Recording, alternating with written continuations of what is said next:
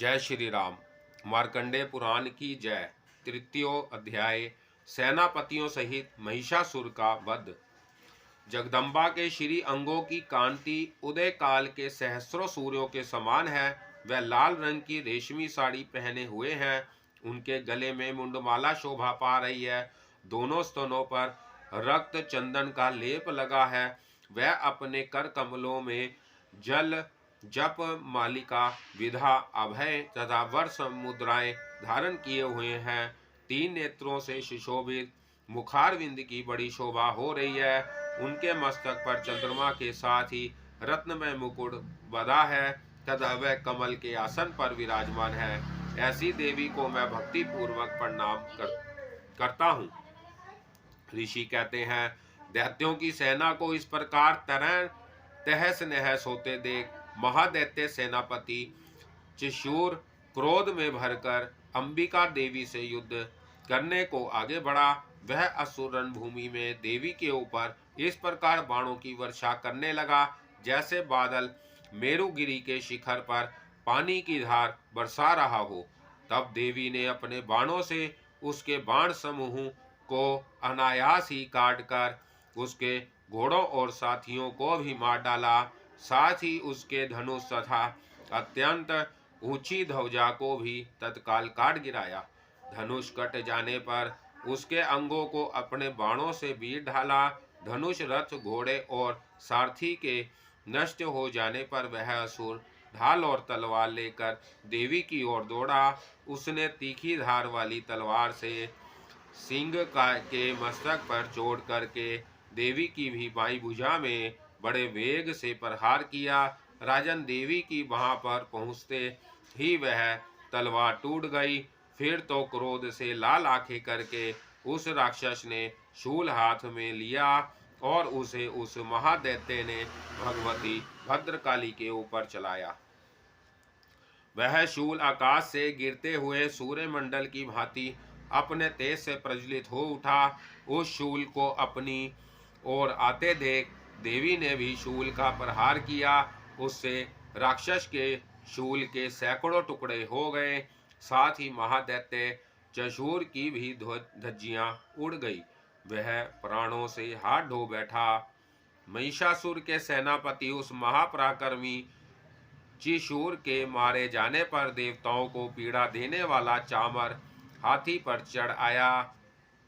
उसने भी देवी के ऊपर शक्ति का प्रहार किया, किंतु जगदम्बा ने उसे अपने हुंकार से ही आहत एवं निष्प्रभ करके तत्काल पृथ्वी पर गिरा दिया।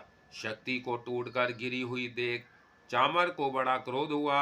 अब उसने शूल चलाया, किंतु देवी ने उसे भी अपने बाणों द्वारा काट डाला।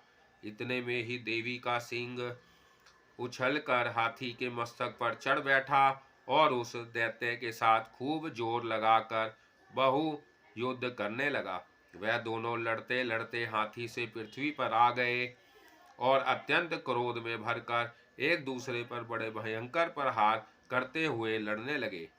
तदंतर सिंह बड़े वेग से आकाश की ओर उछला और उधर से गिरते समय उसने पंजों की मार से चामर सिर धड़ से अलग कर दिया। इसी प्रकार उग्न भी शिला और वृक्ष आदि की मार खाकर रणभूमि में देवी के हाथ से मारा गया तथा कराल भी दांतों, मुक्कों और थप्पड़ों की चोट से धाराशाही हो गया। क्रोध में भरी हुई देवी ने गदा की चोट से उधात का कचूमर निकाल डाला। विधिन पाल से वशकल को तथा बाणों से ताम्र और अंधक को मौत के घाट उतार दिया।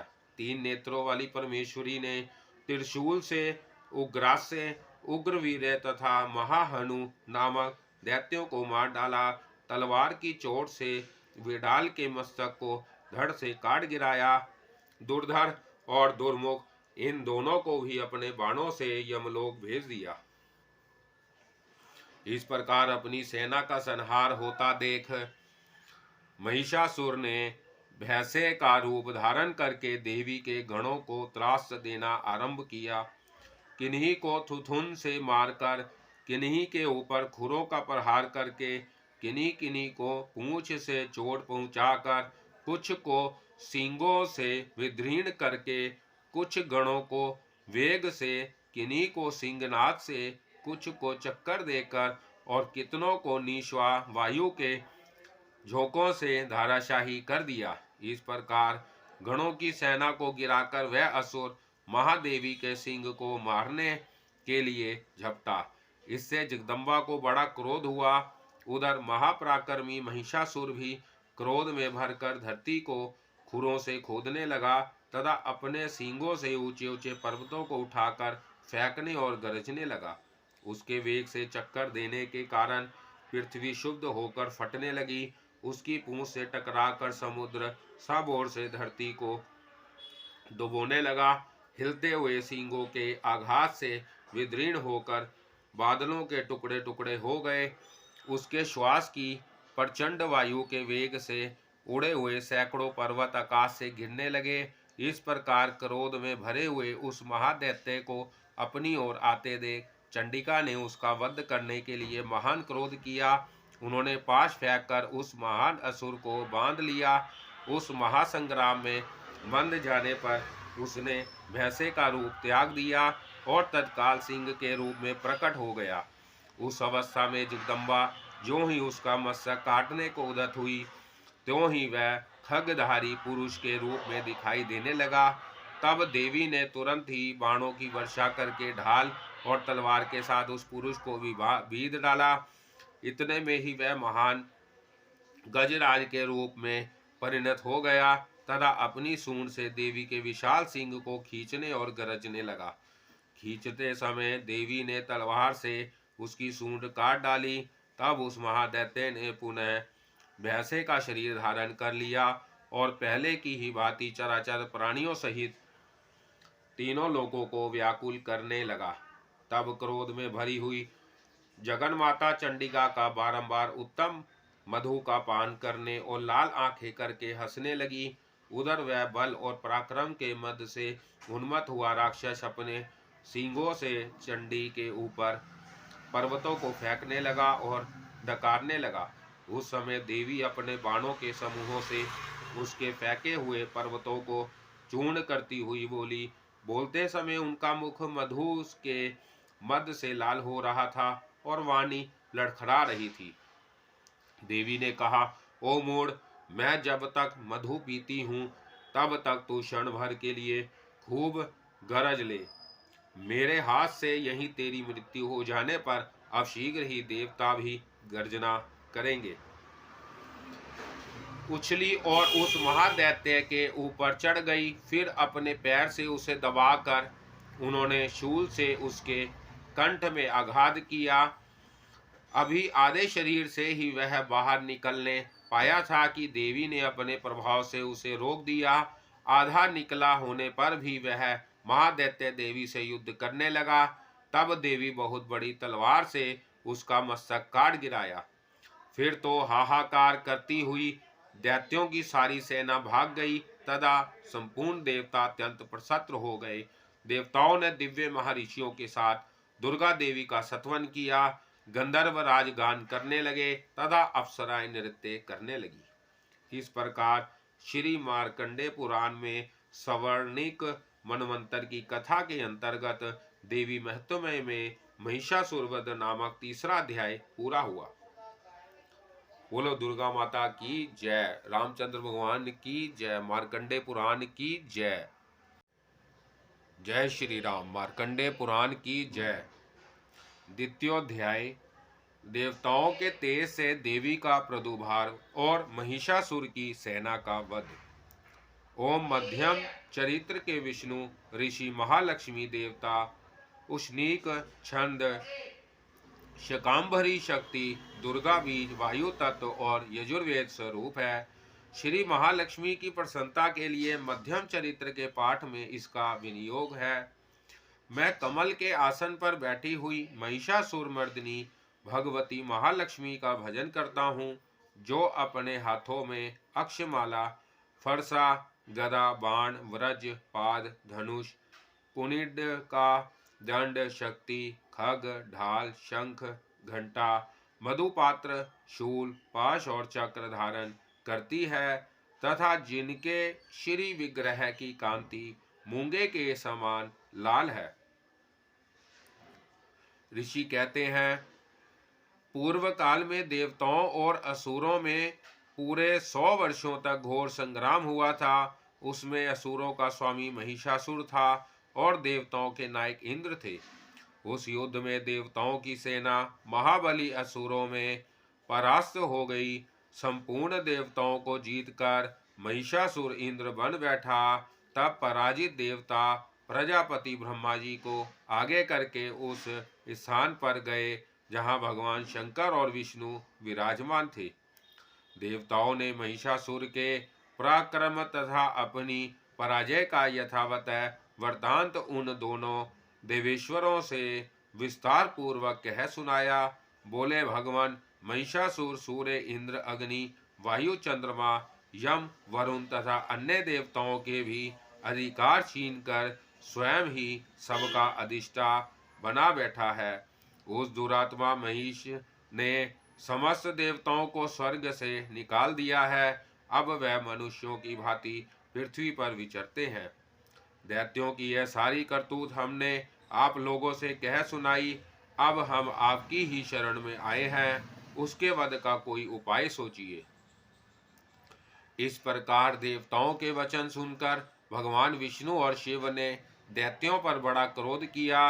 उनकी भौहें तन गईं और मुंह टेढ़ा हो गया। तब अत्यंत कोप में भरे हुए चक्रपाणी श्री विष्णु के मुख से एक महान तेज प्रकट हुआ। इसी प्रकार ब्रह्मा, शंकर तथा इंद्र आदि अन्याय देवताओं के शरीर से भी बड़ा भारी तेज निकला। वह सब मिलकर एक हो गया। महान तेज का वह पुंज जजवाले मान पर्वत पर सा जान पड़ा। देवताओं ने देखा, वहां उसकी ज्वालाएं संपूर्ण दिशाओं में व्याप्त हो रही थी। संपूर्ण देवताओं के शरीर से प्रकट हुए उस तेज की कहीं तुलना नहीं थी। एकाग्रचित होने पर वह एक नारी के रूप में परिणत हो गया और अपने प्रकाश से तीनों लोकों में व्यापक जान पड़ा। भगवान शंकर का जो तेज था, उससे उस देवी का मुख प्रकट हुआ। यमराज के तेज से उसके सिर में बाल निकल आए। श्री विष्णु भगवान के तेज से उसकी भुजाएं उत्पन्न हुई। चंद्रमा के तेज से दोनों स्तनों का और इंद्र के तेज से मध्य भाग का प्रादुर्भाव हुआ। वरुण के तेज से जंघा और पिंडली तथा पृथ्वी के तेज से नितंब भाग प्रकट हुआ। ब्रह्मा के तेज से दोनों चरण और सूर्य के तेज से उनकी उंगलियां हुई। वसुओं के तेज से हाथों की उंगलियां और कुबेर के तेज से डसिका प्रकट हुई। उस देवी के दांत प्रजापति के तेज से और तीनों नेत्र अग्नि के तेज से प्रकट हुए। उसकी भौहें संध्या के और कान वायु के तेज से उत्पन्न हुए थे। इसी प्रकार अन्याय देवताओं के तेज से भी उस कल्याणमयी देवी का आविर्भाव हुआ। तदंतर समस्त देवताओं के तेज पुंज से प्रकट हुई देवी को देखकर महिषासुर के सताए हुए देवता बहुत प्रसन्न हुए। पिनाकधारी भगवान शंकर ने अपने शूल से एक शूल निकालकर उन्हें दिया। फिर भगवान विष्णु ने भी अपने चक्र से चक्र उत्पन्न करके भगवती को अर्पण किया। वरुण ने भी शंख भेंट किया। अग्नि ने उन्हें शक्ति दी और वायु ने धनुष तथा बाण से भरे हुए 2 तरकस प्रदान किए। सहस्त्र नेत्रों वाले देवराज इंद्र ने अपने व्रज से व्रज उत्पन्न करके दिया और ऐरावत हाथी से उतारकर 1 घंटा भी प्रदान किया। यमराज ने काल दंड से दंड, वरुण ने पाश, प्रजापति ने स्फटिकाक्ष की माला तथा ब्रह्मा जी ने कमंडलू भेंट किया। सूर्य ने देवी के समस्त रोम कूपों में अपनी किरणों का तेज भर दिया। काल ने उन्हें चमकती हुई ढाल और तलवार दी। क्षीर समुद्र ने उज्जवल हार तथा कभी जीर्ण न होने वाले 2 दिव्य वस्त्र भेंट किए। साथ ही उन्होंने दिव्य चूड़ामणि, 2 कुंडल, कड़े उज्ज्वल, अर्धचंद्र, सब बहुओं के लिए केयूर, दोनों चरणों के लिए निर्मल नुपुर, गले की सुंदर हंसली और सब अंगुलियों में पहनने के लिए रत्नों की बनी अंगूठियां भी दी। विश्वकर्मा ने उन्हें अत्यंत निर्मल फरसा भेंट किया। साथ ही अनेक प्रकार के अस्त्र और अभेद कवच दिए। इसके सिवा मस्तक और वक्षस्थल पर धारण करने के लिए कभी ना कुम्हालने वाले कमलों की मालाएं दी। जल्द ही ने उन्हें सुंदर कमल का फूल भेंट किया। हिमालय ने सवारी के लिए सिंह तथा भांति भांति के रत्न समर्पित किए। धनाध्यक्ष कुबेर ने मधुर से भरा पान पात्र दिया तथा संपूर्ण नागों के राजा शेष ने, जो इस पृथ्वी को धारण करते हैं, उन्हें बहुमूल्य मणियों से विभूषित नागहार भेंट दिया। इसी प्रकार अन्य देवताओं ने भी आभूषण और अस्त्र शस्त्र देकर देवी का सम्मान किया। तत्पश्चात उन्होंने बारंबार अट्टहास पूर्वक उच्च स्वर से गर्जना की। उनके भयंकर नाद से संपूर्ण आकाश गूंज उठा। देवी का वह अत्यंत उच्च स्वर से किया हुआ सिंहनाद कहीं समा ना सका। आकाश उसके सामने लघु प्रतीत होने लगा। उससे बड़े जोर की प्रतिध्वनि हुई, जिससे संपूर्ण विश्व में हलचल मच गई और समुद्र कांप उठे। पृथ्वी डोलने लगी और समस्त पर्वत हिलने लगे।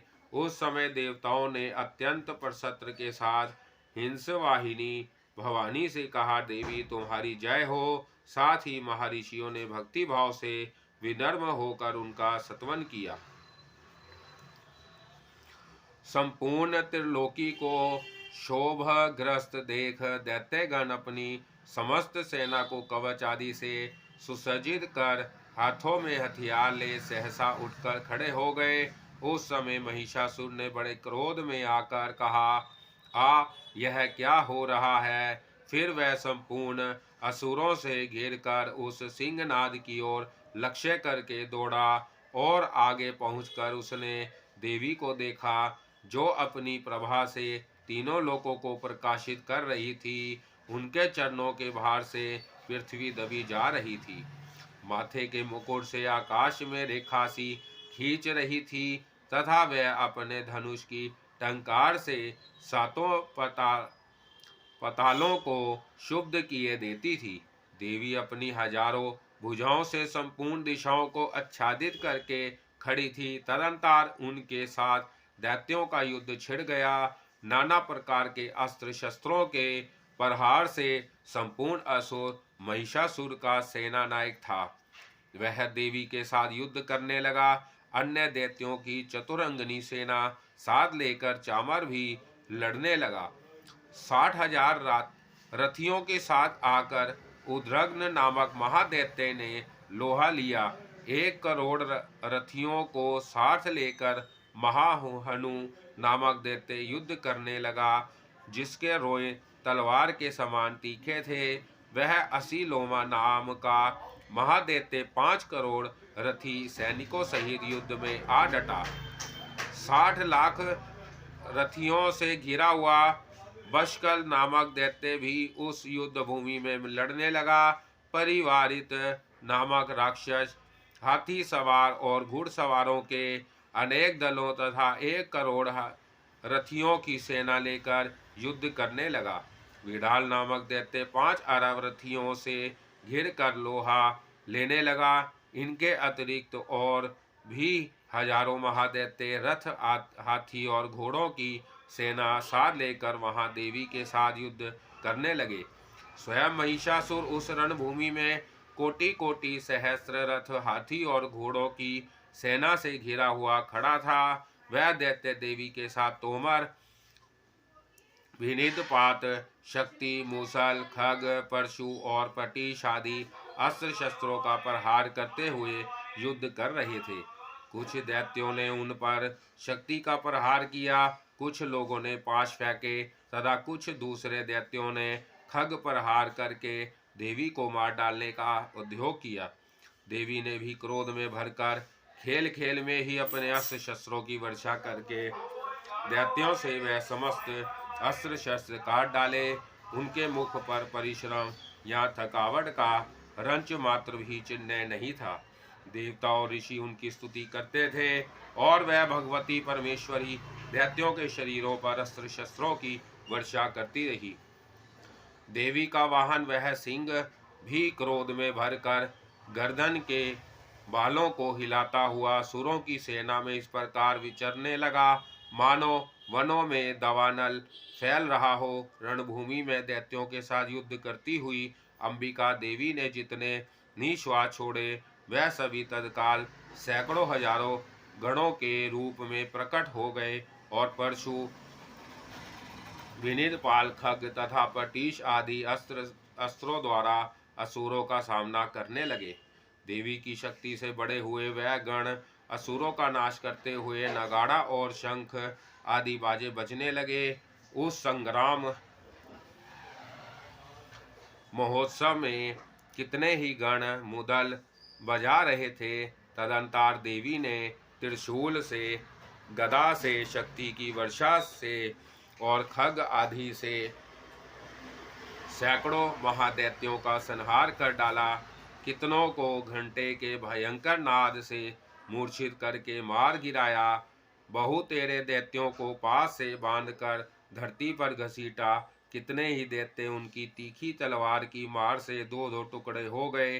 कितने ही गदा की चोट से घायल हो धरती पर से सो गए। कितने ही मूसल की मार से अत्यंत आहत होकर रक्त वमन करने लगे। कुछ दैत्य शूल से छाती फट जाने के कारण पृथ्वी पर ढेर हो गए। उस रणगंग में बाण समूहों की वृष्टि से कितने ही असुरों की कमर टूट गई। बाज की तरह झपटने वाले देव पीड़क दैत्यगण अपने प्राणों से हाथ धोने लगे। किन्हीं की बाहें छित्र भित्र हो गई, कितनों की गर्दन कट गई।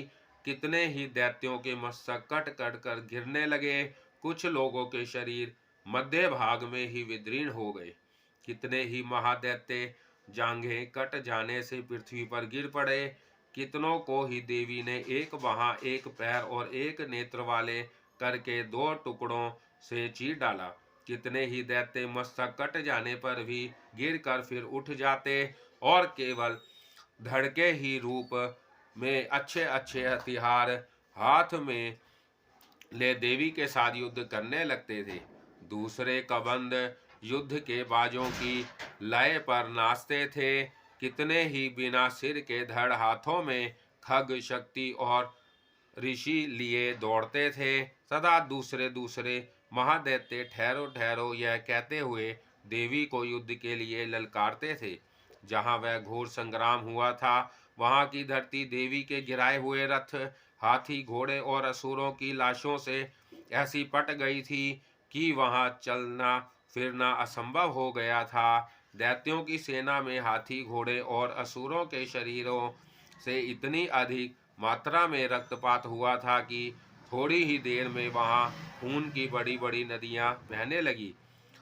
जगदम्बा ने असुरों की विशाल सेना को क्षण भर में नष्ट कर दिया। ठीक उसी तरह जैसे तृण और काठ के भारी ढेर को आग कुछ ही क्षणों में भस्म कर देती है, और वह सिंह भी गर्दन के बालों को हिला हिलाकर जोर जोर से गर्जना करता हुआ दैत्यों के शरीर से मानो उनके प्राण चुने लेता था।